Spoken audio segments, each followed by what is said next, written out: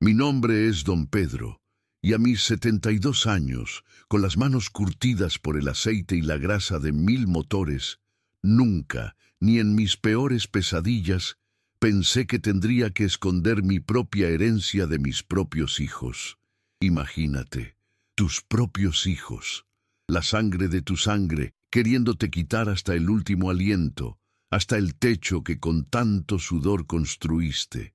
Pero lo que ellos no sabían, lo que su ceguera y su avaricia no les permitían ver, es que este viejo, este humilde mecánico de barrio al que despreciaban, tenía un plan. Y ese plan, mis amigos, estaba cocinándose, gestándose en el corazón de mi viejo taller. Un secreto guardado por años, esperando el momento justo, como un motor viejo que solo con la chispa adecuada vuelve a rugir. Desde que mi esposa, mi querida Elena, se fue hace ya 10 años, el mundo se me hizo más pesado. Ella era el alma de la casa, la que ponía orden en mi desorden, la que me daba la fuerza para levantarme cada mañana.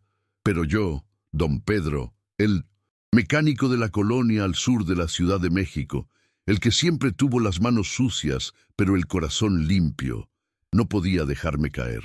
Tenía que ser fuerte por Santiago y por Carmen, mis hijos, mis únicos tesoros, o al menos eso creía yo. Ellos dos, educados, universitarios, con sus títulos relucientes que colgaban en paredes que yo mismo pinté con mis propias manos. Mientras ellos estaban en sus oficinas con aire acondicionado, yo seguía aquí, bajo el sol implacable, respirando el humo de los escapes, metiendo las manos en el alma de los carros, arreglando problemas ajenos para que ellos no tuvieran que preocuparse por los suyos. Siempre fui un hombre de pocas palabras, más de hechos, de trabajo duro. Desde que era un chamaco, me metí bajo los coches, aprendiendo de cada tuerca, de cada ruido extraño. Mi taller no era grande, ni lujoso.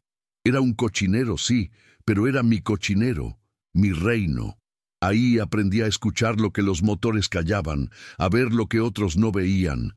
Y ahí, también, puse el alma para darles a mis hijos todo lo que yo no tuve.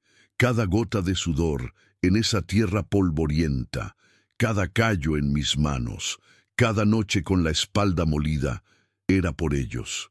Para que tuvieran una vida mejor, que no tuvieran que mancharse las manos, que no tuvieran que sentir la humillación de no tener.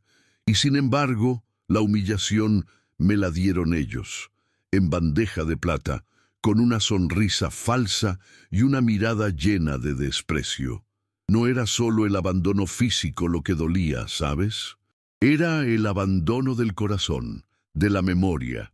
Era ver cómo se avergonzaban de mí, de mi oficio, de mi vida sencilla.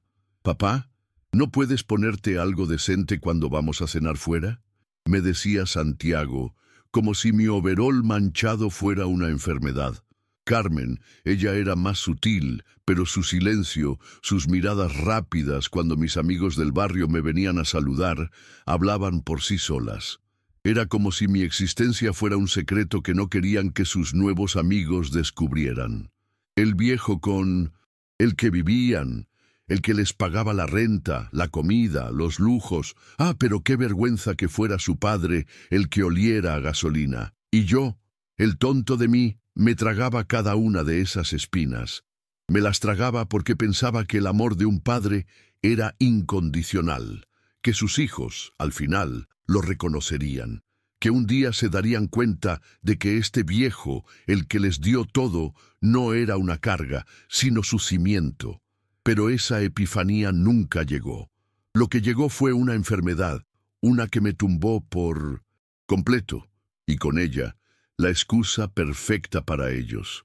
«Necesitas mejor atención, papá», me dijeron, con esas voces melosas que uno sabe que mienten. «El asilo tiene enfermeras, actividades, estarás mejor ahí».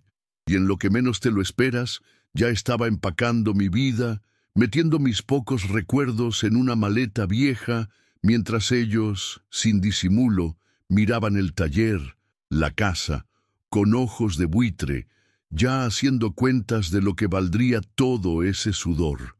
La traición, mis amigos, es un animal frío que te muerde el alma y te deja sin aliento.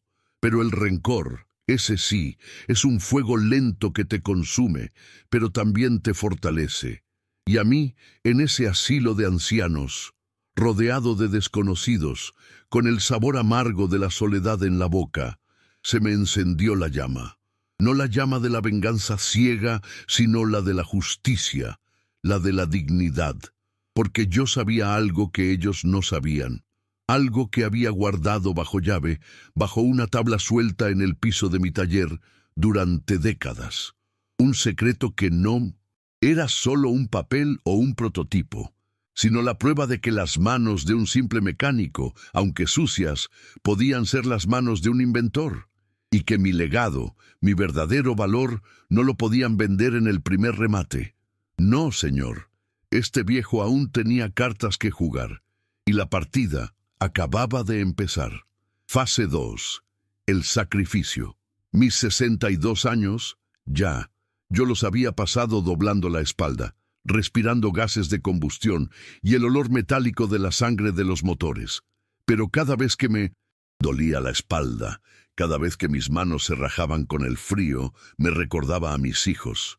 Ellos eran mi motor, mi razón de ser, y por ellos no había sacrificio que no hiciera, por pequeño o grande que fuera.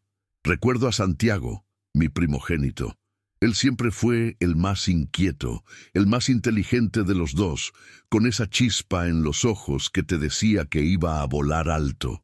Desde chamaco, desarmaba todo lo que caía en sus manos, y yo lo veía con una mezcla de orgullo y preocupación, porque sabía que ese muchacho no estaba hecho para un taller, su camino era otro, lejos del sudor y la grasa.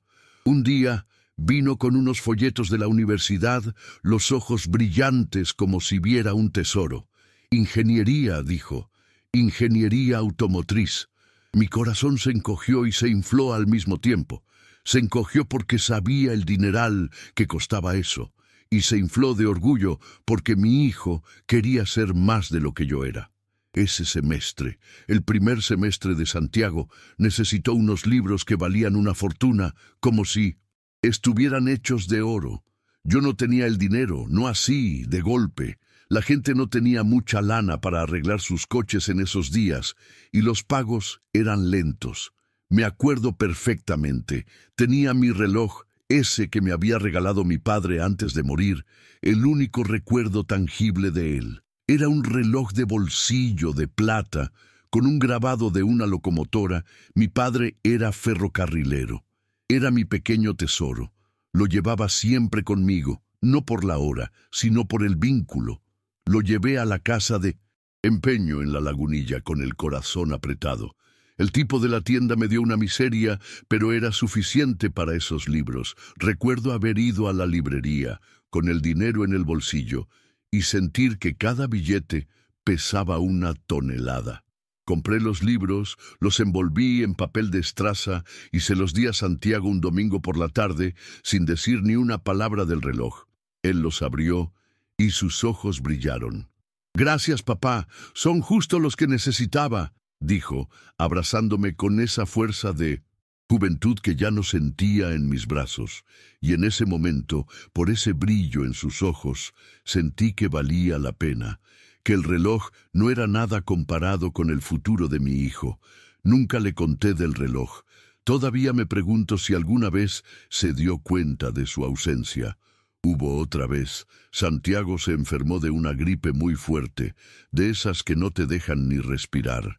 El doctor del barrio no lo pudo curar y dijo que necesitaba medicinas más caras, inyecciones que la clínica del seguro no cubría, y que si no mejoraba, un día en una clínica privada. Yo estaba desesperado. El taller estaba lento y no tenía ahorros. ¿Qué hice? Me puse a trabajar noches enteras. Recuerdo que un vecino, el señor Morales, tenía un camión de volteo viejo que se le había descompuesto la transmisión. Era un trabajo enorme, sucio, que me tomaría días, pero me prometió un buen pago si se lo entregaba rápido. Trabajé 3 noches seguidas, sin dormir casi nada, con las manos engarrotadas por el frío de la madrugada. Mi esposa, Elena, me llevaba café y tortillas calientes al taller. Me rogaba que descansara, pero yo no podía. Pensaba en Santiago, en su fiebre, en sus quejidos. La imagen de él tan débil me espoleaba. Cuando terminé, mis ojos estaban inyectados en sangre. Mi cuerpo era un dolor constante, pero el camión arrancó a la perfección. El señor Morales me pagó en efectivo, y con ese dinero compré las medicinas y pagué la consulta con el especialista que lo sacó adelante. Santiago se recuperó, volvió a correr y a reír, y yo, aunque estaba exhausto, sentí una paz que nada podía comprar. Mis manos, sucias de grasa, habían salvado a mi hijo. Y luego estaba Carmen, mi niña. Ella era más dulce, más artística. No le gustaban los coches, pero le encantaba dibujar y pintar, siempre con papel y lápices en la mano. Para su cumpleaños de 7 años, Carmen me pidió una bicicleta. No cualquier bicicleta, no. Quería una bicicleta roja, así, con canastilla y rueditas de apoyo para que pudiera aprender. En 1200 ese tiempo, yo apenas sacaba para comer. Las bicicletas eran un lujo, pero ver sus ojos, llenos de esa inocencia que solo tienen los niños, me partió el alma. ¿Cómo le iba a decir que no a mi princesa? Dejé de almorzar por un mes entero. Sí, así como lo oyes. En vez de comprarme mi torta de huevo con chile, guardaba ese poquito extra cada día. A veces me quedaba con hambre y mi estómago rugía, pero pensaba en la bicicleta roja y el hambre se me pasaba. Cuando por fin junté el dinero, me fui al centro a buscarla. La encontré roja, brillante, con su canastita, justo como ella la quería. La cargué en el camión de un amigo y la llevé al taller. La armé yo mismo con mis herramientas, cada tornillo, cada tuerca, con el cuidado de un relojero. La noche antes de su cumpleaños la puse en medio de la sala con un moño grande que Elena le hizo. Recuerdo su grito de alegría cuando la vio. Su risa llenó toda la casa. Se subió y pedaleó por el pasillo con sus rueditas de apoyo y yo la veía y sentía que mi corazón iba a explotar de puro amor. Ese hambre que pasé, esa torta que no me comí, valió cada maldito segundo. Carmen creció y siguió con sus dibujos. Entró a la prepa y para su graduación todas sus amigas hablaban de un vestido especial, de esos que solo se usan una vez. Ella vino a mí con la mirada baja, un poco avergonzada, y me dijo que no importaba, que su vestido viejo estaba bien, pero yo vi la tristeza en sus ojos, vi cómo miraba los catálogos en las revistas, soñando con ese vestido, y cómo iba a permitir que mi hija no tuviera lo que deseaba en un día tan importante. En la zapatería de la esquina, el señor Ramírez, mi compadre, me ofreció unas tandas de trabajo extra, arreglar coches viejos que tenía guardados por ahí, que solo necesitaban una buena puesta a punto. Trabajé más horas de las que tenía el día. Me quedaba hasta la medianoche, a veces los fines de semana.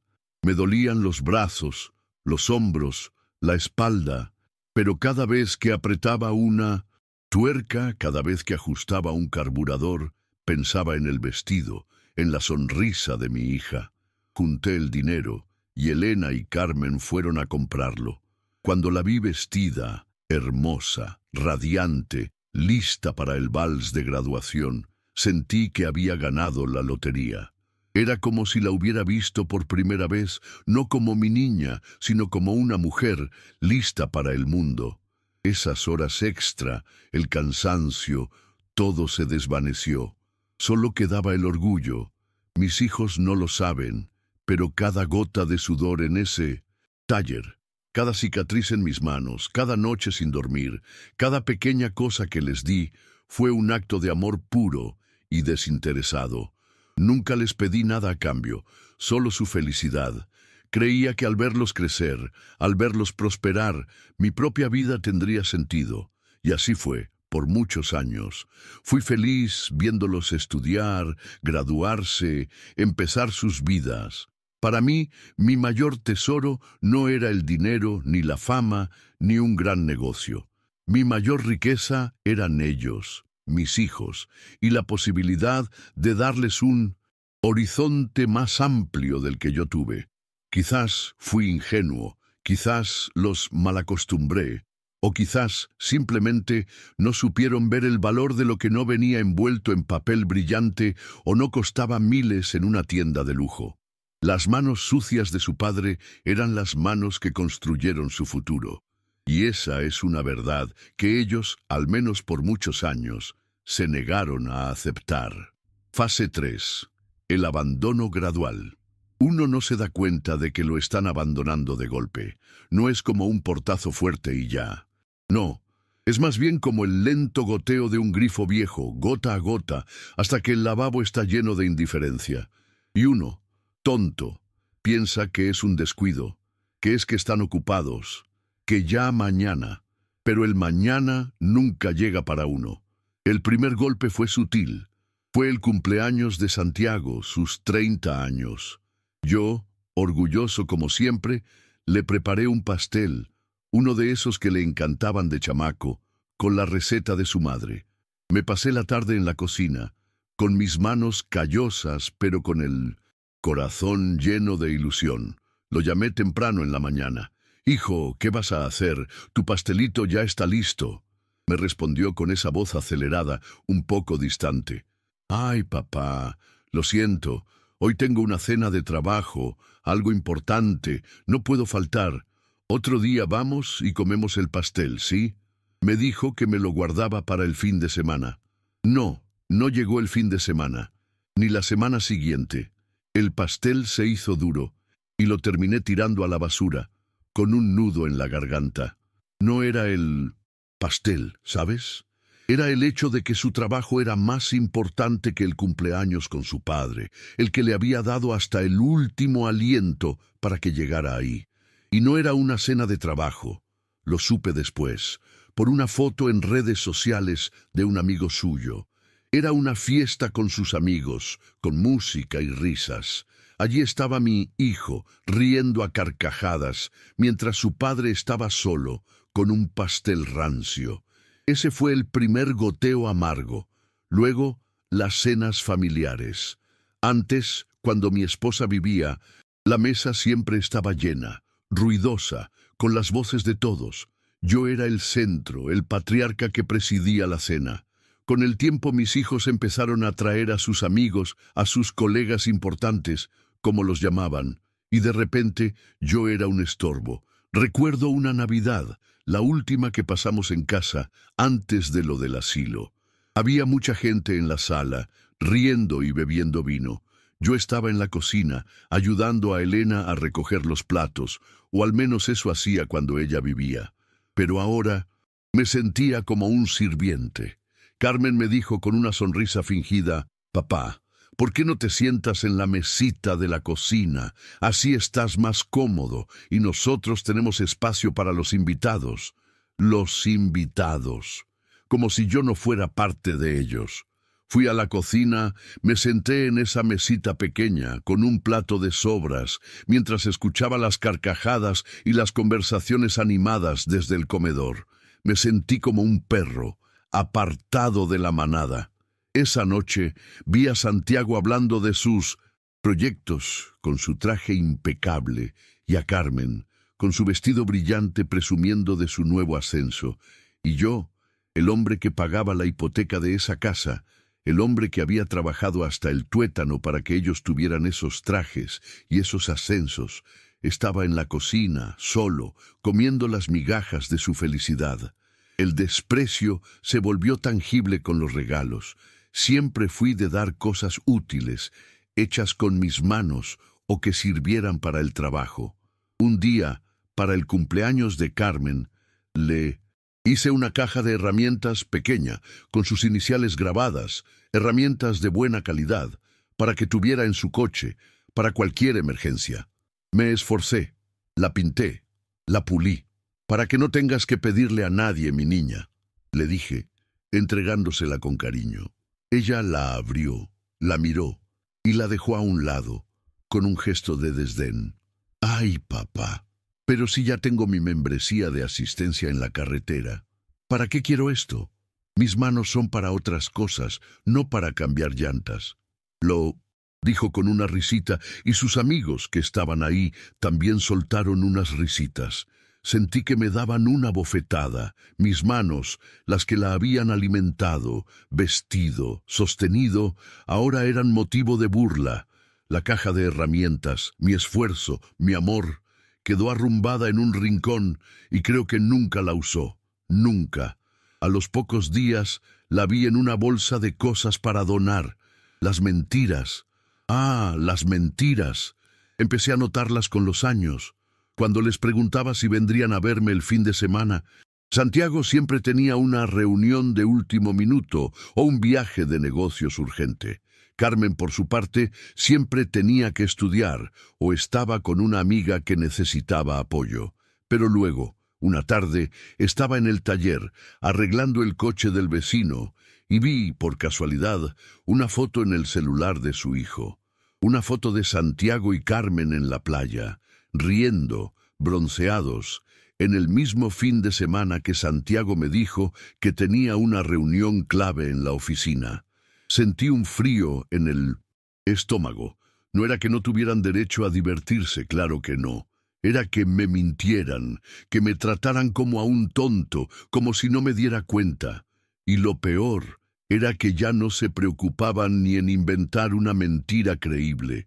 Me mentían porque no les importaba si me daba cuenta. Porque ya no les importaba yo, la casa que había comprado con tanto esfuerzo, ladrillo a ladrillo, sudor a sudor, se convirtió en una carga para ellos. «Papá, esta casa es muy grande para ti solo», me decía Carmen, con un tono que no denotaba preocupación, sino molestia. «Y el taller, ya nadie va a talleres como este, es anticuado. Deberías mudarte a algo más pequeño». Las insinuaciones se volvieron directas. «Necesitas vender, papá. Necesitas deshacerte de esto para tener más tranquilidad». «Tranquilidad», decían. Querían mi tranquilidad, pero ¿a qué precio? A precio de mi vida, de mi historia, de mi legado.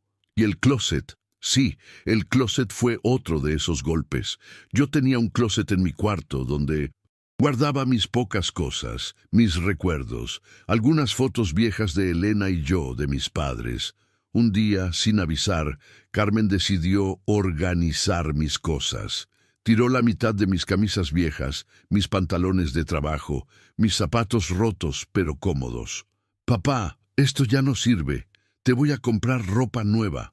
Y me compró unas camisas de poliéster incómodas que picaban y que nunca usé.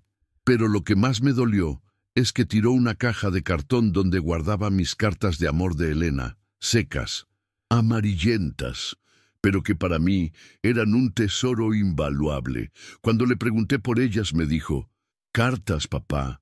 «Ay, no, estaban viejísimas. Seguro las tiré con lo demás. Vamos, papá. Hay que deshacerse de lo viejo para que entre lo nuevo». Tiró mis recuerdos, mi pasado, como si fueran basura, y lo hizo con esa ligereza, con esa falta de empatía que te deja helado. Pero el colmo, mis amigos, el golpe final que me desmoronó fue cuando Santiago me dijo que iba a vender el taller. No me lo preguntó, me lo anunció. «Papá, ya hablamos Carmen y yo. El taller no genera lo suficiente, es una carga. Ya conseguimos un comprador. Te vamos a dejar una parte para que vivas tranquilo, y lo demás es para saldar deudas que tienes». ¿Deudas? Yo nunca tuve deudas. La única deuda que tenía era con mi propio sudor, con mi propia vida, y ellos la estaban cobrando. A los pocos días vino la enfermedad, una neumonía que me tiró a la cama, me dejó sin aliento. Y ahí, con la excusa de mi salud, me metieron al asilo. «Necesitas mejor atención», dijeron. Atención para que no estorbara, para que pudieran vender todo a sus anchas. Mientras me subían al coche rumbo a ese lugar extraño, Vi a Santiago y a Carmen en el umbral del taller, sonriendo, como si se hubieran librado de una carga pesada. Y en ese instante, en ese mismo instante, el dolor se transformó en algo más duro, más frío. Se transformó en determinación, porque ellos no sabían que, debajo de todo ese polvo y esa grasa, yo guardaba un secreto que valía mucho más que todas sus mentiras y todo su desprecio, un secreto que estaba a punto de explotarles en la cara.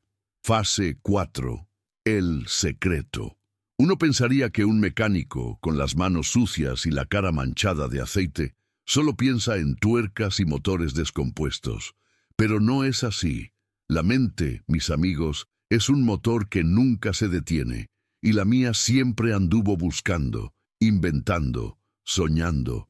Mi taller, ese lugar que mis hijos veían como un montón de chatarra, no era solo un lugar de trabajo. Era mi laboratorio, mi santuario, el testigo silencioso de mis más grandes sueños. Mi pasión por la mecánica no era solo arreglar, ¿sabes? Era entender. Entender por qué algo funcionaba y por qué dejaba de hacerlo. Desde muy joven, cuando apenas era un aprendiz, me fascinaba la combustión, el aire, el humo que salía de los escapes.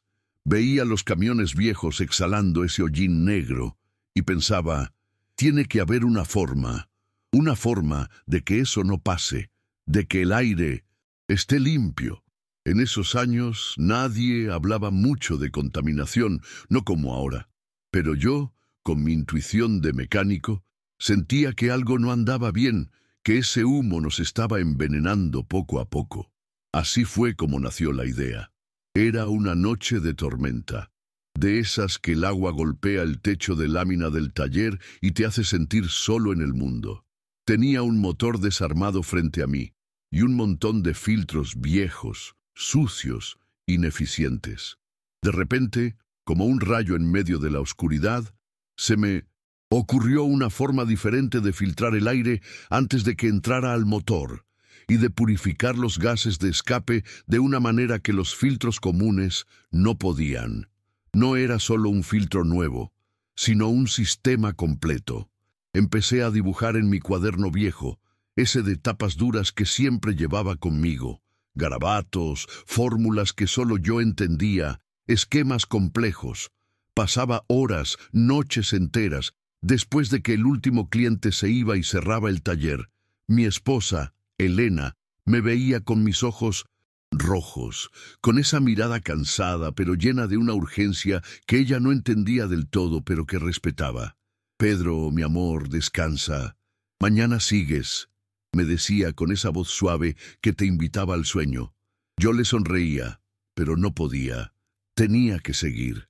Sentía que estaba a punto de atrapar algo grande, algo importante. Construí mi primer prototipo con piezas de desecho, con pedazos de metal, filtros viejos, tubos. Era un armatoste, feo, ruidoso, pero funcionaba. Metí el escape de un coche viejo a ese prototipo y el aire que salía era casi limpio. Recuerdo la emoción, la adrenalina, la pura alegría de ver mi idea materializada funcionando. Era como si hubiera parido un hijo. Había un viejo colega, un amigo de mi juventud llamado Ricardo. Él era más ambicioso que yo, más metido en los negocios. Le conté mi idea, le mostré el prototipo. Sus ojos se abrieron como platos. «Pedro», me dijo, «esto es oro puro. Podría cambiar las reglas del juego». Hablamos de patentarlo, de buscar inversionistas. Pero yo era un hombre sencillo, temeroso de los grandes negocios, de los abogados, de los papeles. Ricardo me ayudó a registrar la patente, a hacer todos los trámites, a asegurar la idea legalmente. Fue un proceso largo, complicado, y yo confiaba plenamente en Ricardo. Él me dijo que la patente estaba a mi nombre, que era mía, y que solo esperábamos el momento adecuado para sacarla a la luz. Pero la vida, ya sabes, te lleva por otros caminos. Las deudas, los hijos, la familia. Ricardo se fue a otra ciudad, se hizo empresario, un hombre importante. Yo me quedé en mi taller con mi secreta pasión. ¿Por qué lo mantuve oculto de mis hijos? Buena pregunta. Una pregunta que me hice 1000 veces. Primero, por miedo. Miedo a la codicia. Miedo a que, si sabían que yo tenía algo tan valioso, se volvieran avaros, que pensaran solo en el dinero fácil. Yo quería que Santiago y Carmen aprendieran el valor del trabajo duro, de ganarse las cosas con esfuerzo, como yo lo hice. Quería que tuvieran esa satisfacción, esa dignidad que te da el sudor. Pensaba, ¿qué tal si les digo? Se olvidarán de estudiar, de sus carreras, querrán quedarse con esto y vivir de ello sin mover un dedo. Y yo no quería eso para ellos. Quería que fueran independientes, que no dependieran de un golpe de suerte. También, en el fondo, sentía que no lo entenderían. ¿Un mecánico inventor? Para ellos, yo era el hombre de las manos sucias, el que no encajaba en sus círculos de gente educada. Si les hubiera dicho, probablemente se hubieran reído o me habrían dicho que era una fantasía de viejo. Su mundo era el de los escritorios pulcros, no el de los motores llenos de grasa, y yo, que siempre quise su respeto, no quería darles otra razón para que me miraran con conmiseración. Quería que se ganaran su propio éxito, no que lo heredaran sin mérito. Así que el secreto se quedó conmigo. Guardé los papeles de la patente, los prototipos pequeños que había hecho a lo largo de los años, bajo una tabla suelta en el piso de mi taller, justo debajo de mi banco de trabajo. Cada vez que levantaba esa tabla, el olor a papel viejo y a metal oxidado me traía recuerdos, me reafirmaba que mi vida no había sido solo apretar tornillos, que había algo más. Era mi as bajo la manga, mi carta escondida. No pensaba usarlo, no si no era absolutamente necesario. Soñaba con el día en que pudiera mostrárselos, cuando fueran viejos y sabios, cuando entendieran el valor de la perseverancia y les pudiera decir, esto, hijos, es el fruto de la imaginación y el trabajo de su padre. Pero ese día, esa revelación dulce que yo esperaba, nunca llegó de la manera que lo había imaginado.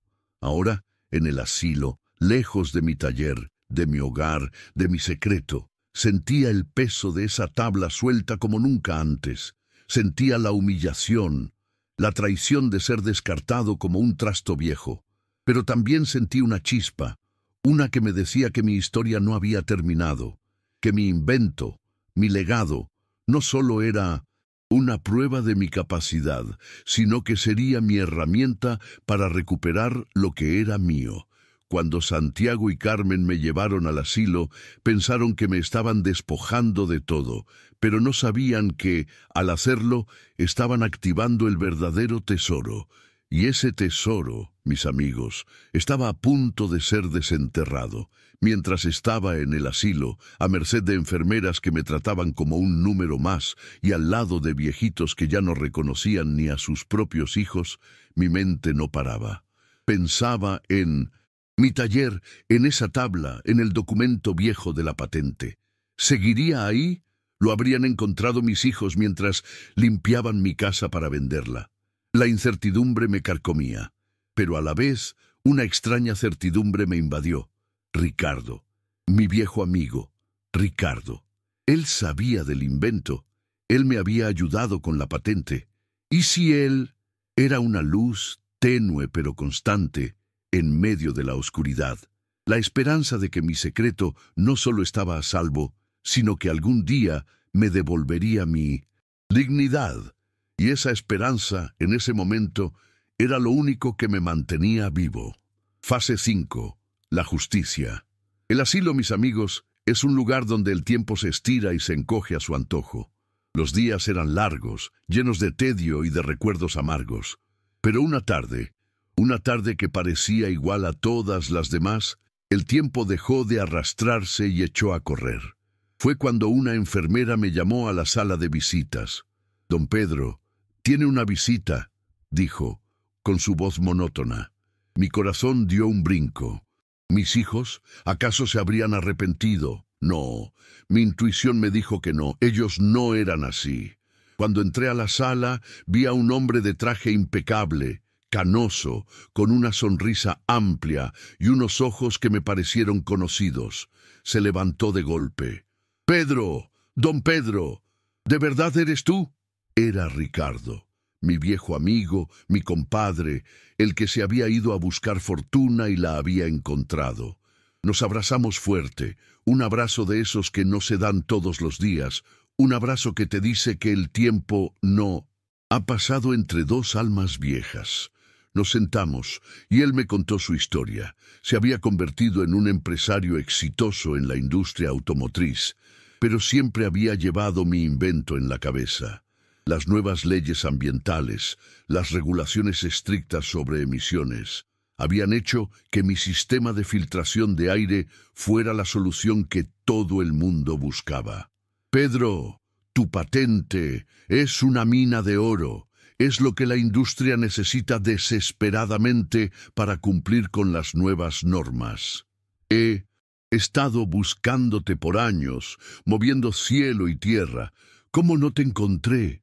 ¿Por qué estás aquí?» Le conté mi historia, cómo mis hijos me habían abandonado, cómo querían vender el taller y la casa, cómo me habían echado a un lado como si fuera un mueble viejo. Ricardo me escuchaba con los ojos húmedos, con una indignación que yo no había visto en mucho tiempo. «No puede ser posible. Esa gente no sabe lo que hace. Tenemos que ir a ese taller, Pedro. Necesitamos tu patente, los prototipos. Esto es algo revolucionario y es tuyo, solo tuyo». Esa noche no dormí. La adrenalina me corría por las venas como aceite nuevo. Mi secreto, mi invento, esa cosa que había guardado bajo la tabla, no solo era valioso, sino que era la clave para recuperar mi vida. Ricardo, con su experiencia en negocios y su equipo de abogados, se puso manos a la obra. Primero, investigaron el estatus de la patente. Estaba intacta, a mi nombre, esperándome. Luego, los abogados de Ricardo confirmaron que mis hijos habían iniciado los trámites para vender el taller y la casa, basándose en la incapacidad paterna y unas supuestas deudas falsas. Su plan era perfecto, si yo no hubiera tenido mi secreto. El plan de Ricardo y mío fue meticuloso. No queríamos solo el dinero, queríamos la dignidad, queríamos que la verdad saliera a la luz, que mis hijos vieran la magnitud de su error. Lo primero fue ir al taller.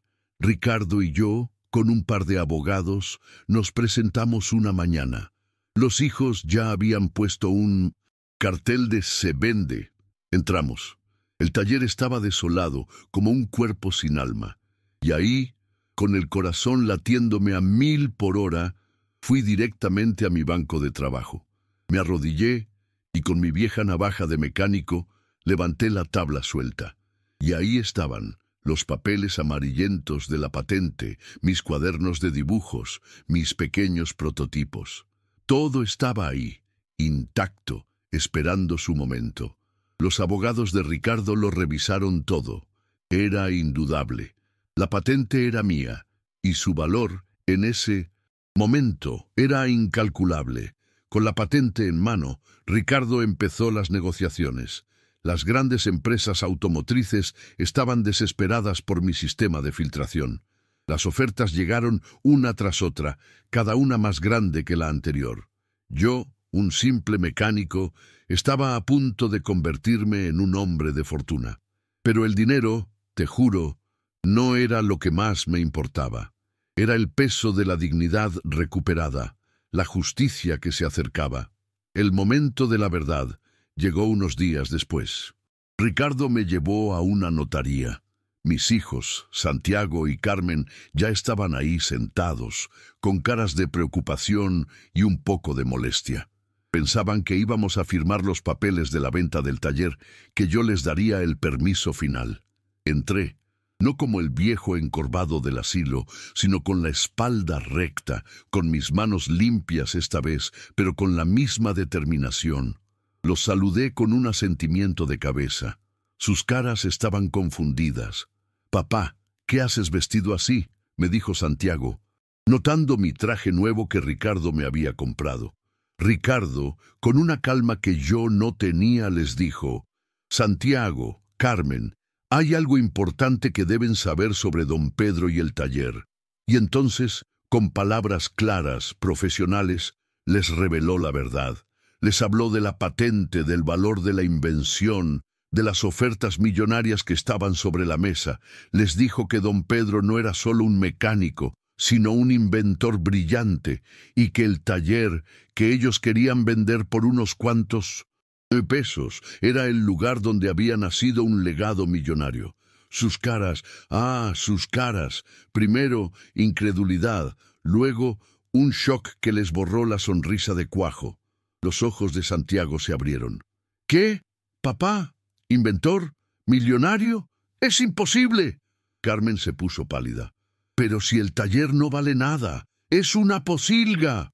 Ricardo les mostró los documentos, las cifras, las ofertas de las empresas. El silencio en esa sala se podía cortar con un cuchillo. Entonces, la manipulación empezó. Papá, qué alegría. Siempre supimos que eras un genio. Estábamos tan preocupados por ti, por tu salud. Por eso te llevamos al asilo, para tu bien, dijo Carmen, con lágrimas falsas en los ojos. Santiago se levantó, intentó abrazarme. Papá, no sabes cuánto nos arrepentimos. Fuimos unos tontos, siempre te hemos querido. Queremos que vuelvas a casa, al taller. Podemos manejar este negocio juntos. Me paré con calma, los miré a los ojos, uno por uno. Sentí la fuerza de mi voz, una voz que no había usado en muchos años. No, no soy un genio, soy un mecánico. Y ustedes no se preocuparon por mí. Se preocuparon por cómo librarse de la carga que este viejo representaba para sus vidas cómodas. No me quisieron en casa, me quisieron lejos. Y las deudas que ustedes inventaron eran para justificar el robo de mi patrimonio. No es así. Carmen intentó balbucear algo, pero no la dejé. No hay nada que hablar. Este taller, esta casa, son míos, y no va a pasar a sus manos. El dinero de esta patente, el fruto de mi trabajo y de mis sueños, tampoco, porque ustedes, hijos míos, no valoraron el esfuerzo, no valoraron la lealtad, no valoraron el amor. Solo valoraron lo que mis manos sucias podían darles sin tener que mover un dedo. Sus caras se llenaron de furia, de rabia contenida, pero también de una desesperación silenciosa. Intentaron negociar, suplicar, prometer, pero yo ya no era el viejo tonto que se tragaba sus mentiras.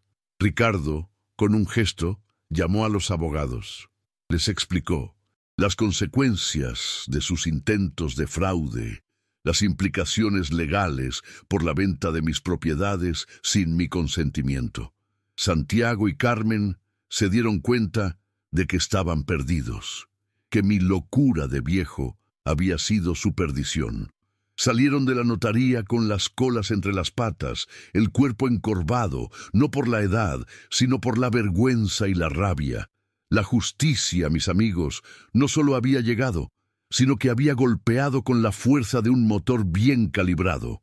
Y en ese golpe, yo sentí que recuperaba cada pedazo de mi dignidad, cada fragmento de mi alma que ellos habían intentado pisotear.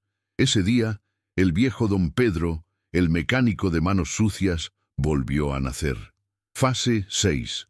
La nueva vida y moraleja. Después de aquello en la notaría, sentí como si me hubieran quitado un peso del alma, un peso que había cargado por años, la carga de la ingratitud, del desprecio de mis propios hijos. El dinero de la patente, el secreto del viejo taller, como lo llamó Ricardo, llegó. No era solo dinero, era la validación de toda una vida, el reconocimiento de que mis manos, aunque manchadas de grasa, habían sido capaces de crear algo valioso, algo que cambió las reglas del juego. Y sí, era una fortuna, una que nunca imaginé que tendría, ni que querría. Ricardo me ofreció una vida de lujos, de viajes, de mansiones, pero yo, don Pedro, un hombre de barrio, un mecánico de corazón. Sabía que mi felicidad no estaba en los mármoles pulcros o en los coches de lujo. Mi felicidad estaba en el olor a gasolina quemada, en el sonido de las herramientas, en el traqueteo de un motor que vuelve a la vida. Así que lo primero que hice fue comprar mi taller, mi casa, de nuevo. Sí, así como lo oyes. La recuperé de las garras de los que querían arrebatármela. Y no solo eso, la restauré. La pinté, le puse techo nuevo, arreglé los motores viejos que tenía abandonados.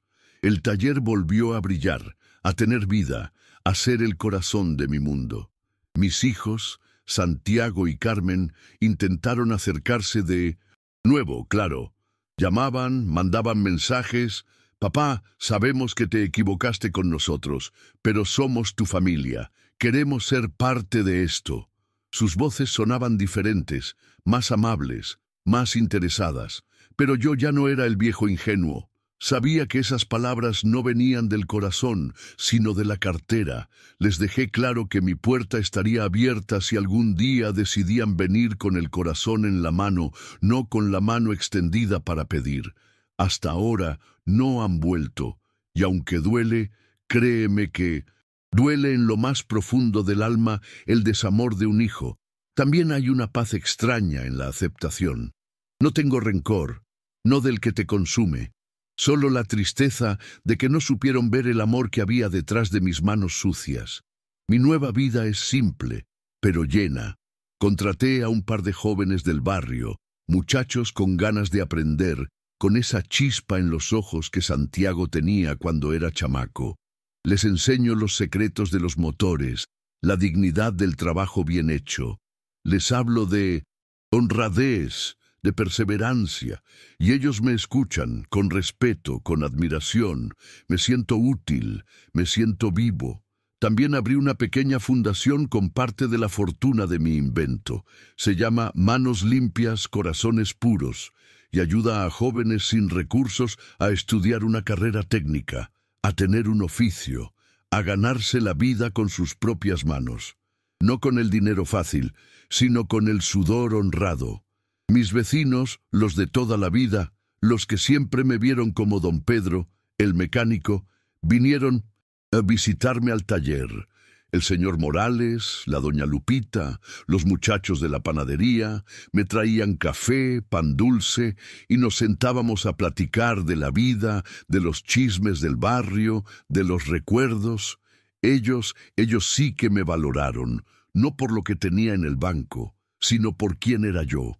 Mis amigos del barrio, esos sí que son mi verdadera fortuna.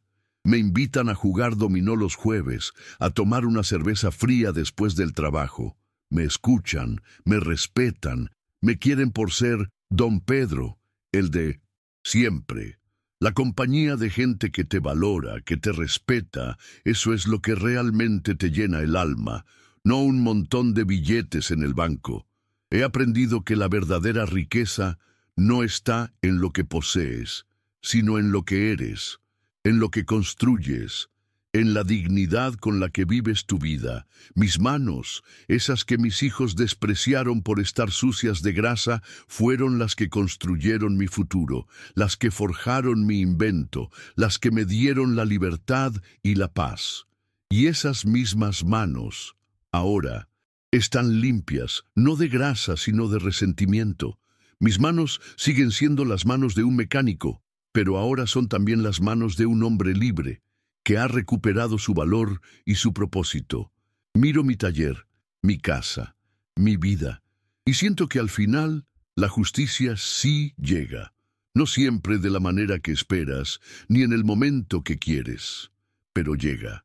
Y cuando llega, te da una paz que nada puede comprar. Una paz que no tiene precio. La felicidad no está en la cantidad de dinero que tienes, sino en la tranquilidad de tu conciencia, en el cariño de quienes te aman de verdad, en la satisfacción de saber que, a pesar de todo, te mantuviste firme a tus valores. Así que aquí estoy, don Pedro, un viejo mecánico, un inventor, un padre, y un hombre que al final encontró su lugar en el mundo. No en una mansión, no en un yate, sino aquí, en mi taller, con el olor a aceite y el motor de mi vida volviendo a rugir. Dime qué harías tú en mi lugar. Cuéntame también desde qué ciudad me estás escuchando.